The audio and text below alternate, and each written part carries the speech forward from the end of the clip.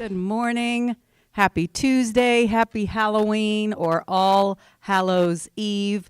My brother kind of teased us last week, or week before last. This past Sunday, we had, it was Fifth Sunday, so we had church online only, and he kind of teased us saying that he was going to do his teaching in costume, and he did not. So I, however, showed up in my costume today. I hope it's not too distracting. Benny says it might put a little shadow over my face for those of you watching, but if it gets too annoying, I will take it off. But we have a lot of pumpkins out here, I see, pumpkin t-shirts, pumpkin socks, and at the end, we may have a special visit from a ghost I see back there who is the Queen of England. So we may have a visit. Yeah. She's standing up and the people here are clapping for her. Okay, so let's start today with our prayer of surrender. Spirit of truth, carry me where you will. Bring to me what you will. Take from me what you will. Awaken in me what you will. The Christ man is around me. The Christ mind is in me. The Christ power flows through me, and the Christ mystery exists as me. I believe it, I perceive it, and now I receive it. Amen, and so it is. Okay, our devotion title today, so appropriate for the last day, our last day of the month, No Fear, is The Thing I Feared Most. Let's say the affirmation together now. Today, I will be aware that my thoughts become my reality. I will bring my thoughts into captivity by resisting lower mentalities of fear and scarcity and by resting in the higher modalities of love and joy. All right. We're going to be all over that topic in our teaching today, but right now I'm going to read the text. Okay, it says, what Job feared the most came upon him, Job 3:25. The story of Job is full of loss, sickness, betrayal, and misfortune. Job's epic is so well known that even people who do not attend church refer to their own difficulties as the trials of Job. Yet many times we fail to remember that all of Job's trials ultimately brought him to greater blessing, deeper awareness, and more authentic relationships. Attempts to avoid evil can range from refusing to watch a horror film to not walking under a ladder.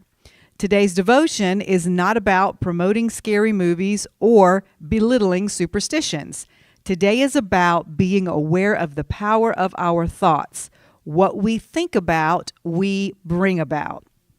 Okay, so I want to interject something right here. I am a big proponent of being mindful of what you put in your mind through whatever form of media you consume, whether it's entertainment or news or just listening to someone talk. Everything that goes in through your eyes and through your ears has some sort of effect on your subconscious, on a subconscious level. But there's a difference between consciously choosing not to watch something or not to listen to something because you just don't want those particular images in your mind, and not watching or listening to certain things because you're afraid if you do, you will be opening the door for the devil to come in and possess you, which is what a lot of us were taught years ago. I know a lot of people who are constantly still on the lookout for the devil, and guess what? Anything you spend that much time and energy looking for, you're probably going to find eventually. It's kind of like a self-fulfilling prophecy.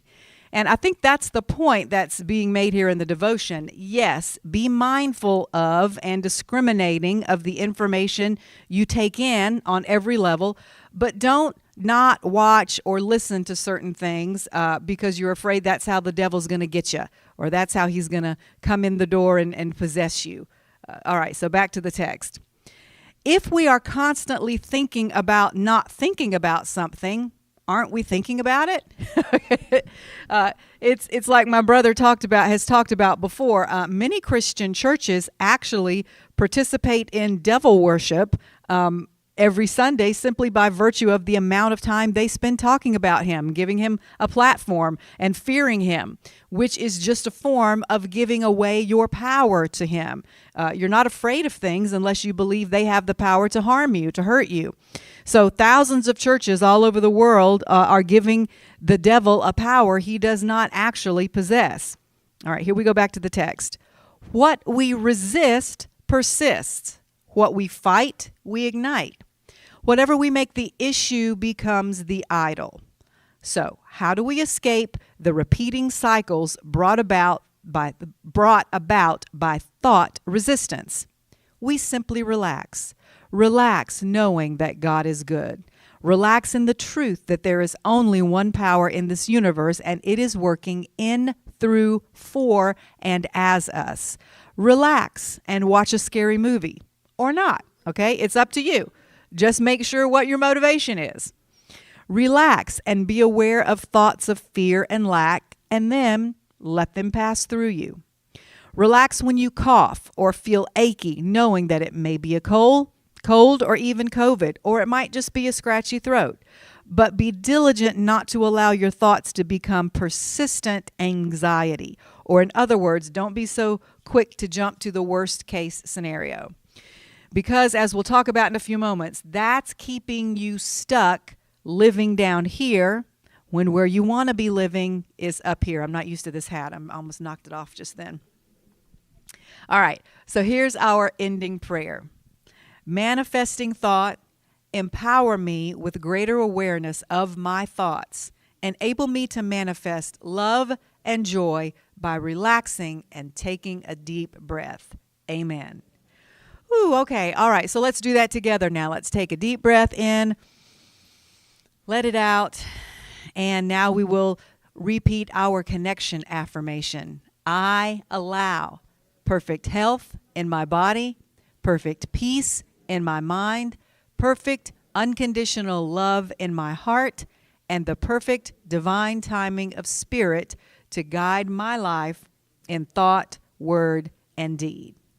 Okay, we're going to pick up right where the devotion left off and begin our teaching today with some quotes about fear and how to handle it. The first one, you gain strength, courage, and confidence by every experience in which you really stop to look fear in the face. You are able to say to yourself, I lived through this horror, I can take the next thing that comes along. Eleanor Roosevelt. All right, next, fear has two meanings.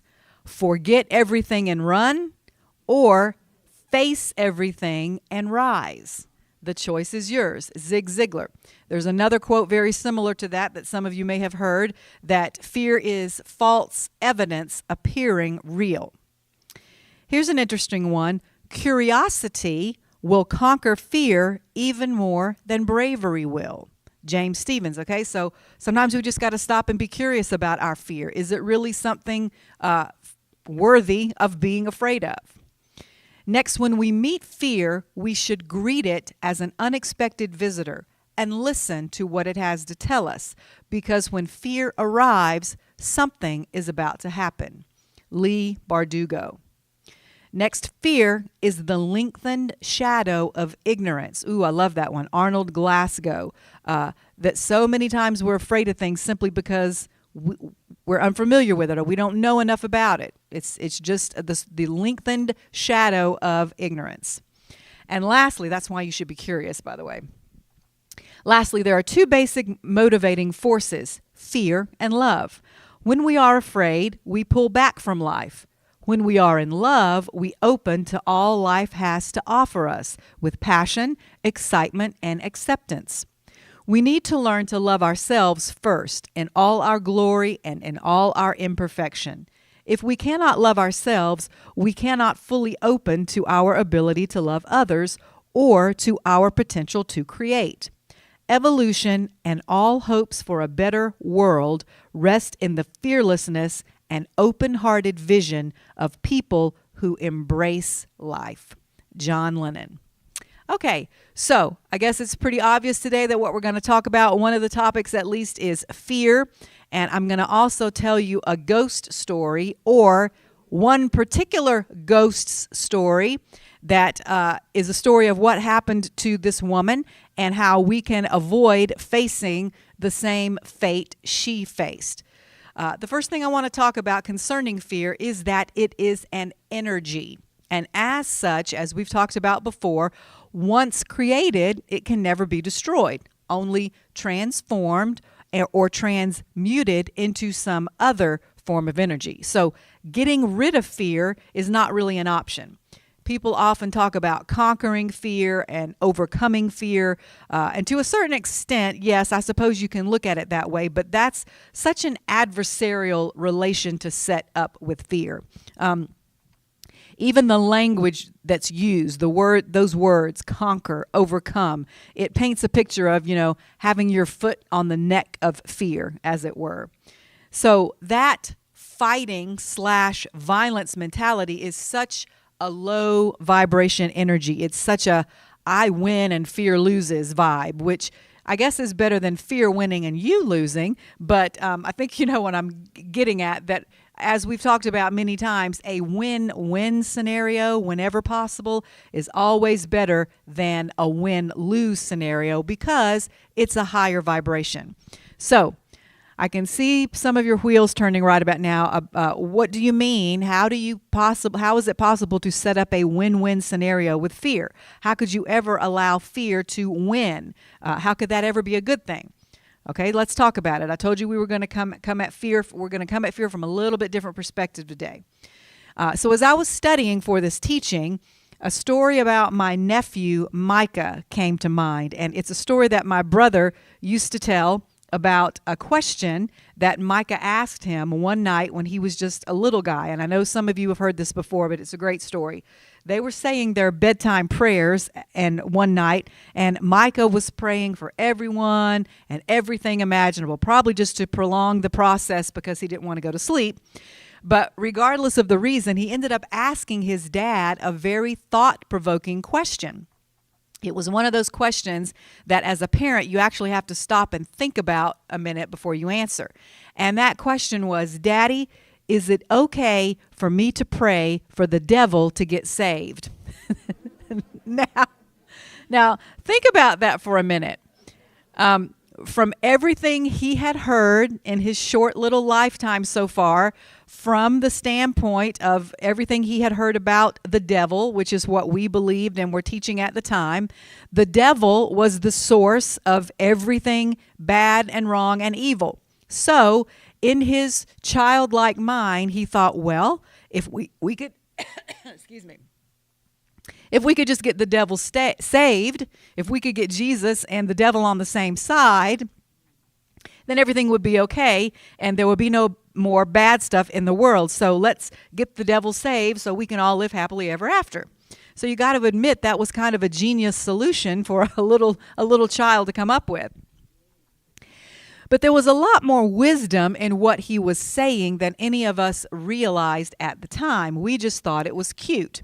But the reality of that question was, what if we could transform or transmute negative energy into positive? Wouldn't that be great? Excuse me.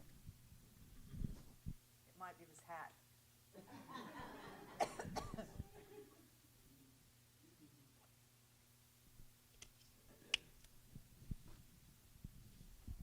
So a second layer of that is, if I'm remembering correctly, I believe that the story went a little further, and he even talked about him feeling sorry for the devil because everyone seemed to hate him, and he always had to be the bad guy. So where does this fear of the devil that we were raised with, or fear of anything for that matter, where does fear come from? The most repeated command in the Bible is do not fear. So learning how to deal with it appropriately should be pretty high on our list of priorities. I'm going to read now from a talk called Using Mindfulness to Choose Love Over Fear. It says fear begins and ends in the brain, okay? And it says brain in one part, and then the next time it says mind. For today, they're going to be interchangeable. It's not what we would consider a real, tangible thing. You can't see fear, you can't taste it, hear it, smell it. It's just this thing. So it is very literally false evidence appearing real. As we also know, though, perception is maybe not everything, but it's very important. So if it's real to us, if we have a fear that's real to us, then it's our truth, okay? And it's a part of the reality we are creating for ourselves. So then the woman that was writing the article goes on to talk about that when fear is triggered in us, even physically, there is a path it can take that she calls the low road, and then there's a different path it can take that she refers to as the high road. So physiologically, it even goes to two different places in our brain. And in this article, she had this little flow chart showing that in its low vibration or path, in its lower octave that we talk about sometimes, it goes to a place in your brain called the amygdala. All right. So this is where we store all our fearful memories. This is the place in the brain that triggers the fight or flight response. But in its higher vibration or higher path, the emotion of fear goes to a place in our brain called the hippocampus, which is located in a completely different area of our brain. Now, this is the part of our brain that causes us to ask deeper questions, to be curious, like, should I be scared? What is the actual level of danger of this thing that's been introduced into my reality, okay?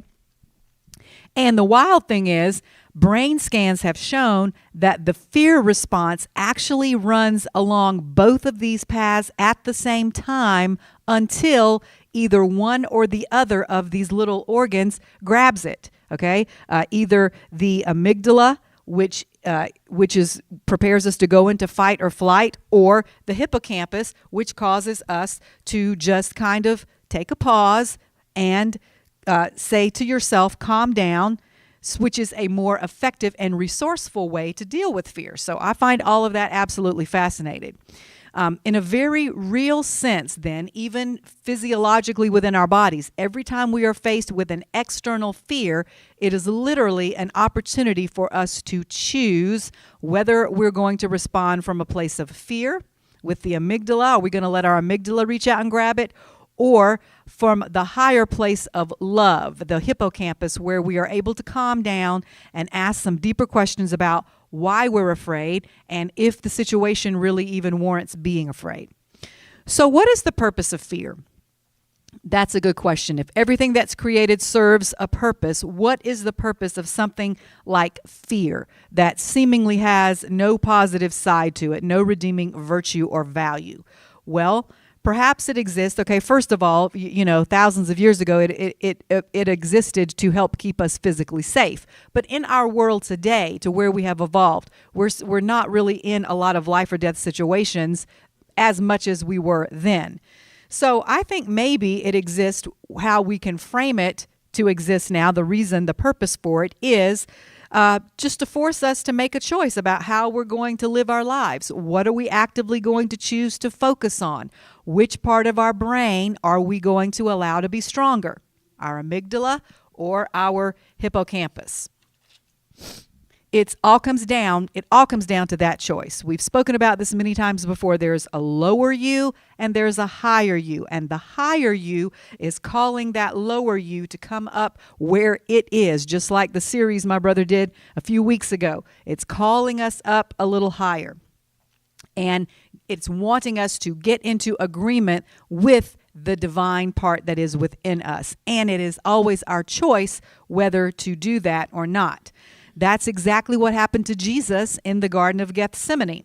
He was given a choice for his human will to join or agree with his divine will, and in the end, that's what he did. His answer was, not my will or not my lower physical self will, but thine. My lower will surrenders to my higher divine will.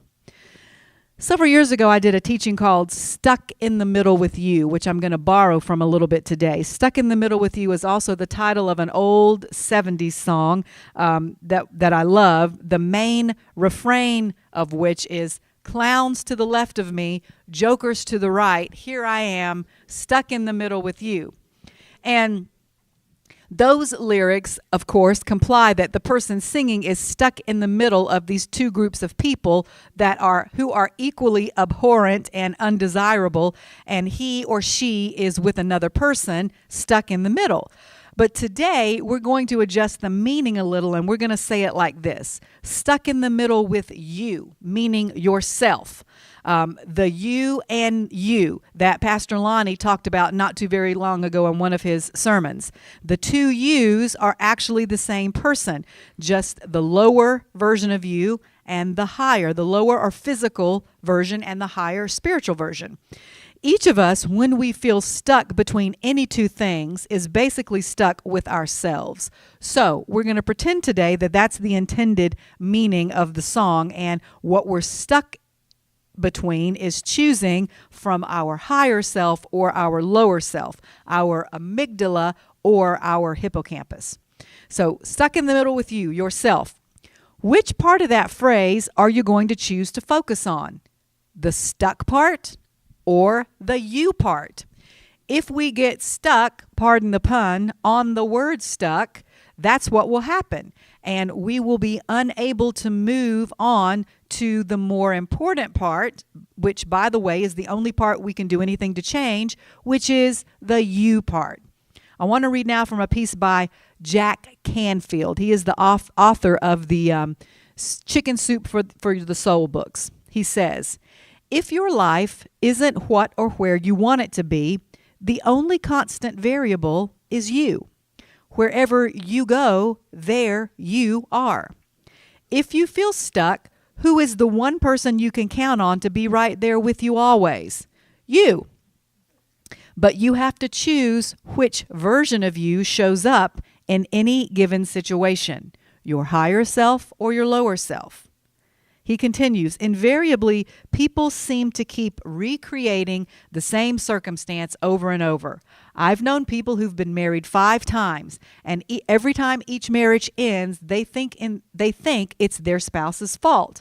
But the truth is, they keep marrying the same kind of person because they are remaining the same kind of person.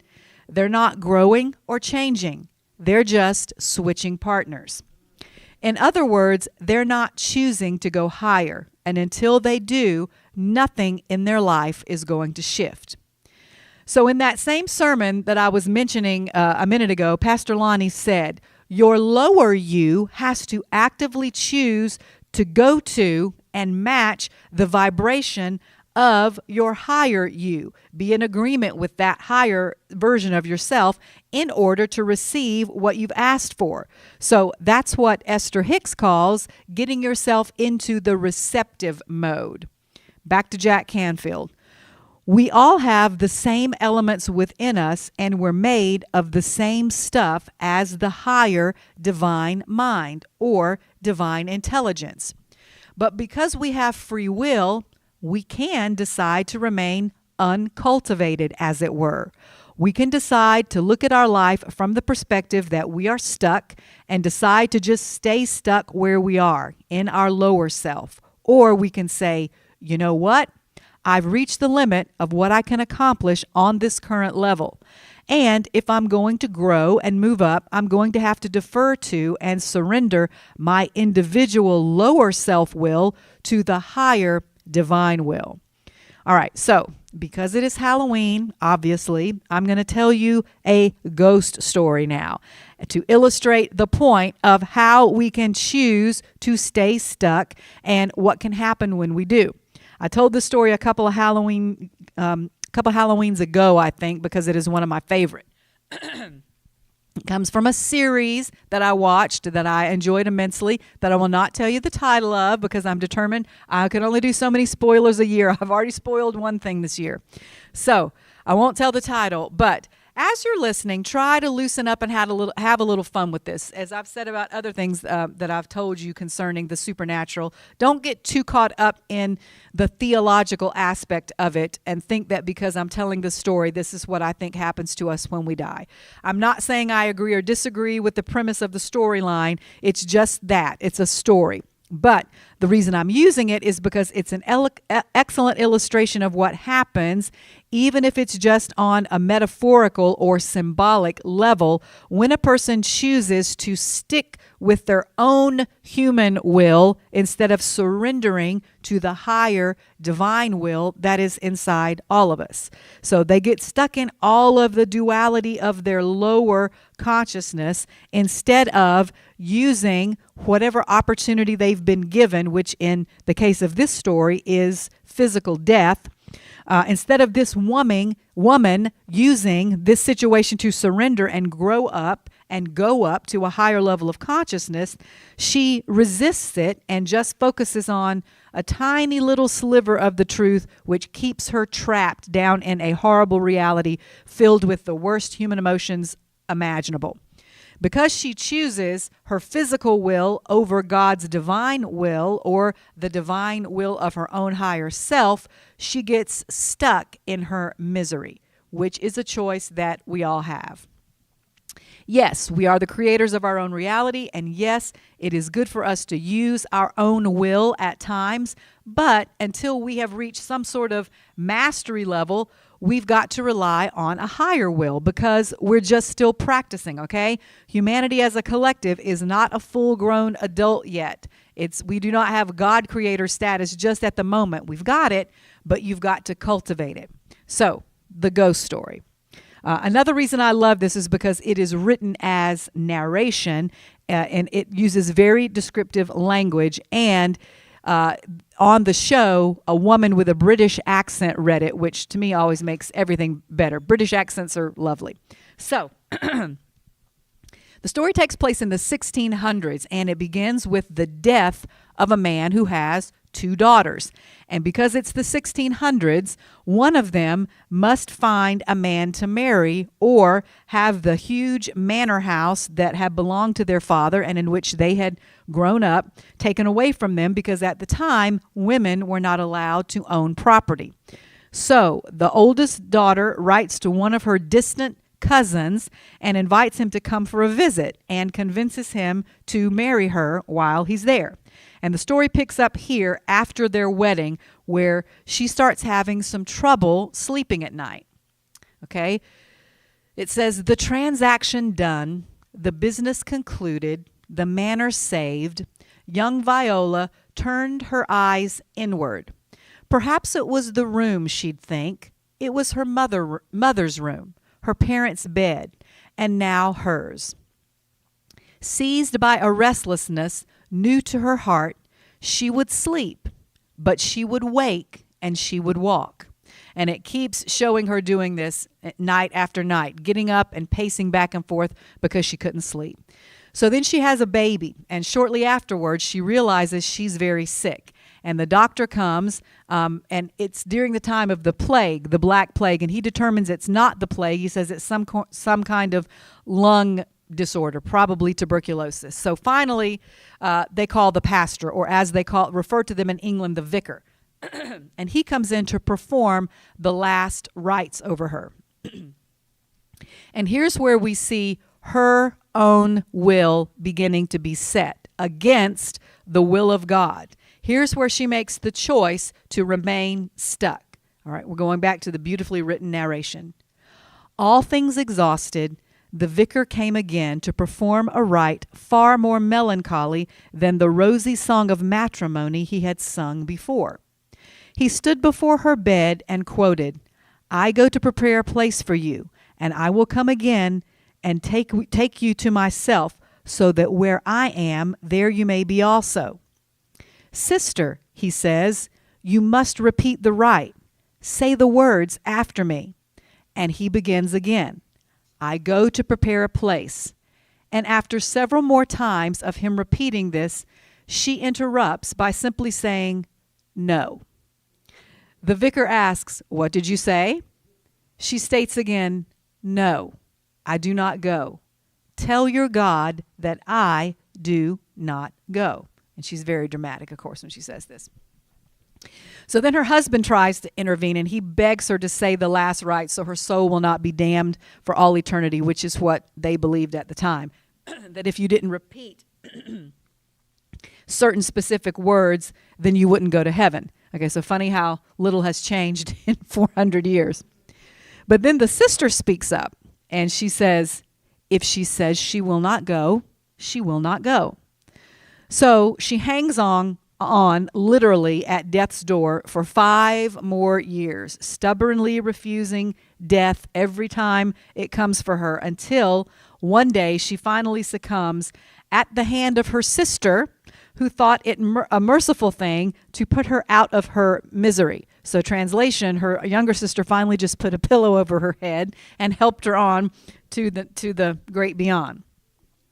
So then, as everyone can probably guess, the sister marries the husband, the younger sister, and so the former lady of the house gets stuck here on earth with her spirit unable to move on. Okay, so remember, this is a ghost story, and doesn't really have anything to do with what I do or don't believe happens in eternity. But so in the movie, she has to stay in the house and watch as her husband and her child and her sister go on with their happy life. And she gets very bitter because she feels this is the life that she should have had. And so her jealousy and her anger begin to grow. And her rage just gets bigger and bigger. And the pattern that they set up earlier in the story, after she first got married, repeats as they show her, now in spirit form, wandering around the old manor. And then the narration says again, she would sleep, but she would wake, and she would walk. And time went by. How much time it was impossible to reason. Sleeping, waking, walking. Sleeping, waking, walking. So the story goes on, and I won't get into all the details, but her spirit stays there at the manor, and she actually ends up making her home at the bottom of a lake on the grounds. And they show this little montage of the years going by, and other families coming and going. And from time to time, muddy footprints would show up on the floor of the house, and nobody knows where they seem to have come from. But now the audience knows that they are from her, where she comes up out of the lake every night looking for her family. So it's a wonderful ghost story if you like that kind of thing, which I do. But the part I want to focus on for today's purposes, as I said, is the part where she decides by force of her own will to create a reality for herself that is not in her highest interest, okay? Because she will not surrender her human will to that higher will. She will not allow herself to just go ahead and rise up to the vibration of her higher self. So that reality that she has created for herself is keeping her spirit tied to its past pain. A reality that won't look at the truth that her physical body is dead and that she should move on to the next phase of her journey. She's not ready to accept that reality, all right? So we are powerful creators, and not just because we are created in the image and likeness of God, but because God respects what we create. Even if we're doing it from this lower will, God says, yes, if you say it is so, then that's what is so.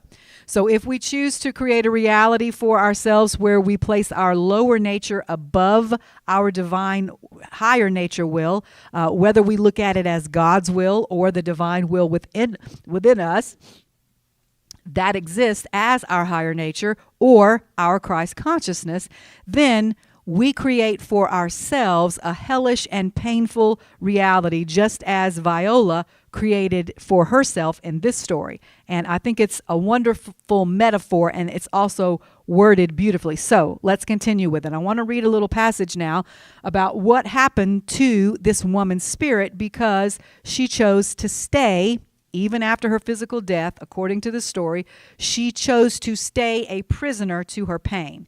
That's the reality she created for herself. So symbolically, her spirit remained a prisoner on the grounds of the manor where she had died. But to me, this passage describes what happens to us when we choose to stay down in the lower vibrations that all come from fear and refuse to acknowledge and follow the higher will of our divine self, which comes from love.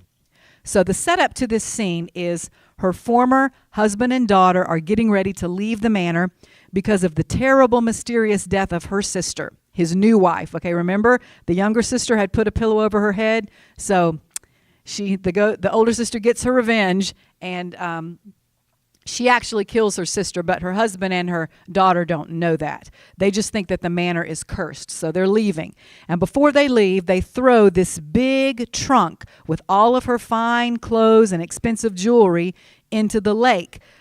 So they throw it in the lake because they think that's the source of the curse, which it kind of is, because that's where the ghost spends a lot of her time. So that's symbolic as well. That another thing that traps us in our painful or lower vibration reality is our attachment to things, or the things we love our things too much, or we get too attached to the stories of our past pain. All right. So listen to how beautifully she describes here how she got stuck for eternity in a pain loop. And this is how we too can get stuck if we choose to. So the father and the daughter take this trunk of her things where the ghost is inside at the time, and they throw it into the lake. And the narrator says, "This final insult of being cast into the swampy depths while her daughter would grow to womanhood without her, this absolute abandonment shattered her heart. The feeling of being pulled towards some other place, some realm beyond, had faded in the years since her death. But now she rejected it outright, with every ounce of her considerable will, just as she had when she was sick and against all probability would not go. The pull of the next world ignored, she instead made her own gravity, a gravity of will that would change the terrain of the manor. And once again, she would sleep, she would wake, and she would walk." Okay, that means she would get up out of the lake and go into the house, which is what was causing the muddy footprints. And as you watch the movie, you're understanding all this. How many nights? How many walks? She could no longer count. All things fade. All things. Flesh, stone, even stars themselves. Time takes all things. 'Tis the way of the world. Okay, time out here. This is talking about this human experience on this earth plane. Here, everything necessarily decays. And if we don't want to let it go, when we choose to surrender to the higher will, where we can grow and learn and move up, then we will decay along with it. We get stuck. That's what happens when we choose to stay in our loop of pain. So she felt the pull. It's saying she felt this pull of her higher self calling to come on and meet it, to match its vibration. But after rejecting that call so many times, it just kind of faded. And she created her own gravity based in her lower self-will that now could only pull pain to her. The narration ends like this. The past recedes. Memories fade. Her own name forgotten. Her sister's name forgotten. So little did she remember that she was no longer a person at all, not a name or a face, just need and loneliness and rage. Her fate was a nightmare. Da da da da da da da da. Now, what's the dark shadows? Da. I don't know how he whistles it. How does it go? I can't. I've heard it 5 million times, but anyway, that would be great if you. Yeah. Okay. So that's the end of the story, and I thought it was so symbolic of what happens to us when we choose our lower nature over our higher one. We get trapped in a horror story of our own making where that goodness no longer even calls us because we've created a gravity where only pain is drawn to us. So what's the alternative? I'm not going to leave you down there at the bottom of the lake with her. For this, we're going to go to Esther Hicks. Okay, here's what she says. When you decide to orient yourself toward what feels best to you, as you focus upon it, you will tune yourself to the vibration of your true center, which is not what this woman did. You will tune yourself to the source within you. And as you tune yourself to that, you will thrive. And in your thriving, you become less and less worried about everyone else. In your thriving, you are less concerned about the injustices in the world because you will be tuned to something other than injustice. You've got to ask yourself, am I tuning myself to injustice or am I tuning myself to well-being? Which is it? Am I tuning myself to love or am I tuning myself to hate, or I would say fear? Have I tuned myself to confusion or to clarity? Have I focused my attention on the best of others or on the worst of them? And when you start asking yourself these questions, you take your power back, because then when you say, I see something I don't like, you remember, oh wait, I have the capacity to see something I do like wherever I look, or I have the capacity to look and focus my attention somewhere else where there's something I do want to see. And as you begin to show yourself that you can control the way you feel by controlling what you think about and by choosing to align with the source energy inside you, then you will understand. And when you see hateful people around you doing hateful, hurtful things, your heart will go out to them because you know what it's like, because you've been there yourself. You will understand that they are not tuned to who they really are. They're out there on the ragged edge of life because they're holding themselves apart from their true, authentic selves and are suffering mightily because of it. So here it is. And they are undoubtedly focused on someone else who they are blaming for the way they feel, who is probably focused on someone else who they are blaming, until there is a chain of pain that cannot be stopped by you joining in it with them. You cannot help them in your suffering. You can only help them in your thriving. You cannot help them in your confusion. You can only help them in your clarity. You cannot help them in your poverty. You can only help them in your abundance. So the main thing you need to focus on is getting yourself into alignment, because that's where all of your power is. Most of us are in the process of creating two realities: the reality of your eternal being, as well as the reality of how you're feeling right this minute in the present moment. So she's saying, in the process of our creating our own reality, there are actually two realities that we have to choose from. And just like Pastor Lonnie said, it's always between you and you. That's where we get stuck, choosing between this higher you and lower you. It is in your best interest, she continues, for those two realities to merge. And the only way they can is for you to identify with your higher, eternal, or what I like to call your inner self most of the time, because it represents your authentic self and it will never agree with your lower, ego-directed self. So it's your task to let go of that self and go with your authentic self. So then she explains further, your authentic self will never join yourself in complaining about the injustices of your world because it doesn't recognize them. It will never agree with your lower self about shortages and lack that do not exist in the eternal. It will not indulge your lower self's notion of illnesses that are only shadows that have blocked the light from beaming into your existence. It will not discuss with you it will not discuss with your lower self those things that make you feel bad. In fact, the only reason you do feel bad at times is when you choose a specific storyline, okay, like they hurt me, and practice it or remain in its vibration for so long that you chronically hold yourself apart from the strongest part of your resource, which is your connection to source through your higher self. When you have a feeling of worry, anger, frustration, or fear, when you feel that wash over you, All it indicates is that you are thinking about something quite differently than the way who and what you really are, also known as your authentic self, is thinking about it. All inner conflict is caused by those two realities or those two selves not being in agreement with each other.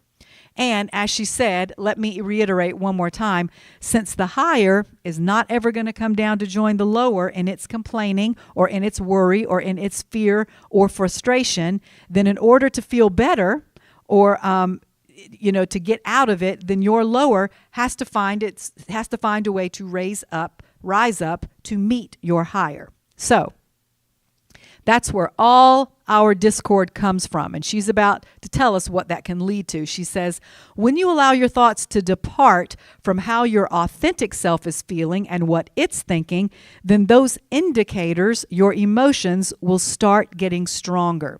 And if you keep it up long enough, a passing emotion turns into a chronic emotion, which can lead to a physical sensation and then to physical discomfort.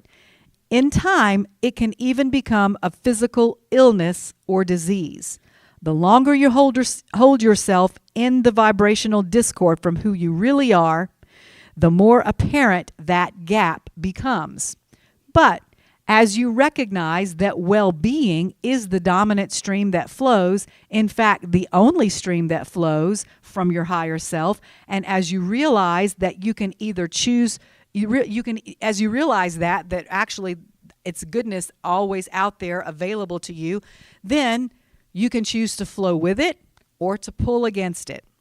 The way you can tell which of those ways you're going is that you begin to understand that thoughts cause you to feel relief. Those thoughts that cause you to feel relief and lead to positive emotions will begin then to close that gap between your lower and higher selves and dissolve the inner conflict and discord. So, getting your thoughts, what you think, into alignment with what you know in your true authentic self will always change the way you feel.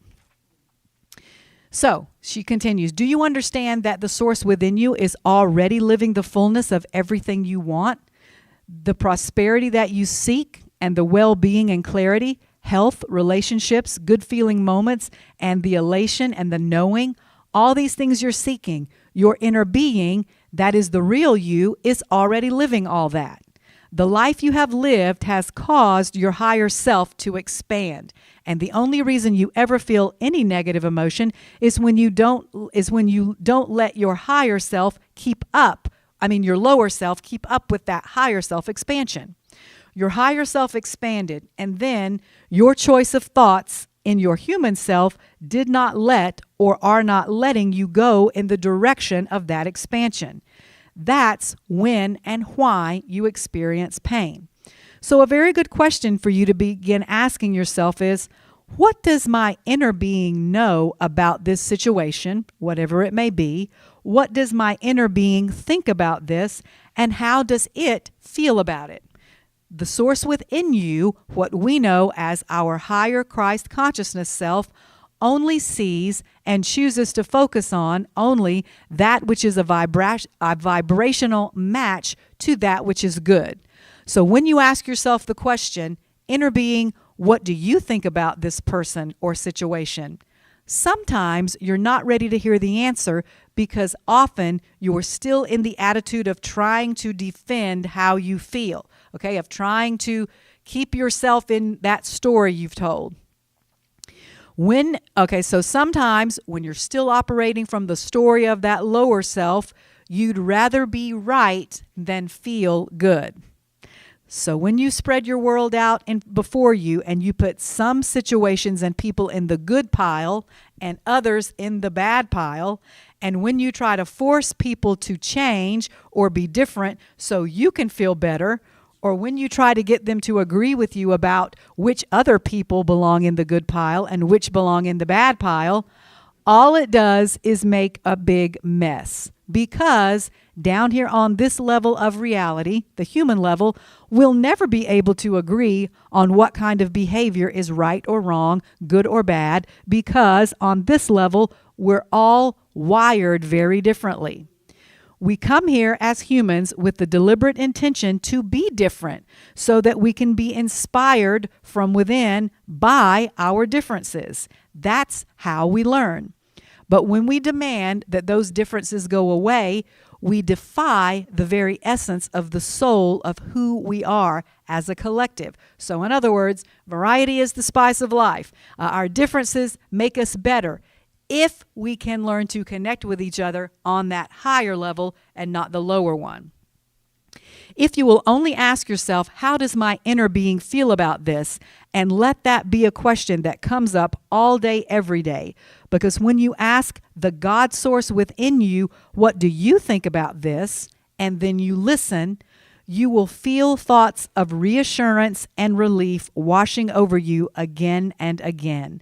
As you will, subject by subject, person by person, circumstance by circumstance, event by event, allow yourself to come back into alignment with who you really are. And I will add, you will not be stuck anymore in a ghost's story like the poor woman we read about today. That you do not have to live in that reality. Amen? Amen. So I hope you enjoyed that. We had a little bit of fun today with that ghost story. Before we sing, the Queen Elizabeth is going to come up here and help us sing our ending song. Mom is such a good sport. Mom is always up for a party. And when she heard that I was wearing a little costume, which only involves one piece of clothing. No, come up here where they can see you, Mom. No. Mom, I want you to come here to the camera. She was walking to the piano. No, I want everybody to see Queen Elizabeth. You don't have to play. We're gonna sing to the camera, Mom. She acts like she's never been on camera before. Is she in the shot? Okay. So, the Good Witch, Glinda the Good Witch, and Queen Elizabeth are going to sing "Blessed Always." Let's stand up. Blessed always, blessed always. For the arms of God surround us. Let our joy be so triumphant that we rest in God and say Amen. Modulate, blessed always. She can't help it. Blessed always. For the arms of God surround us. Let our joy be so triumphant as we rest in God and say Amen. All right, Amen. All right, Queen. Wave us out today. All right. Be at peace. Have a great All Hallows Eve. Happy All Saints Day tomorrow. We'll see you later. Bye.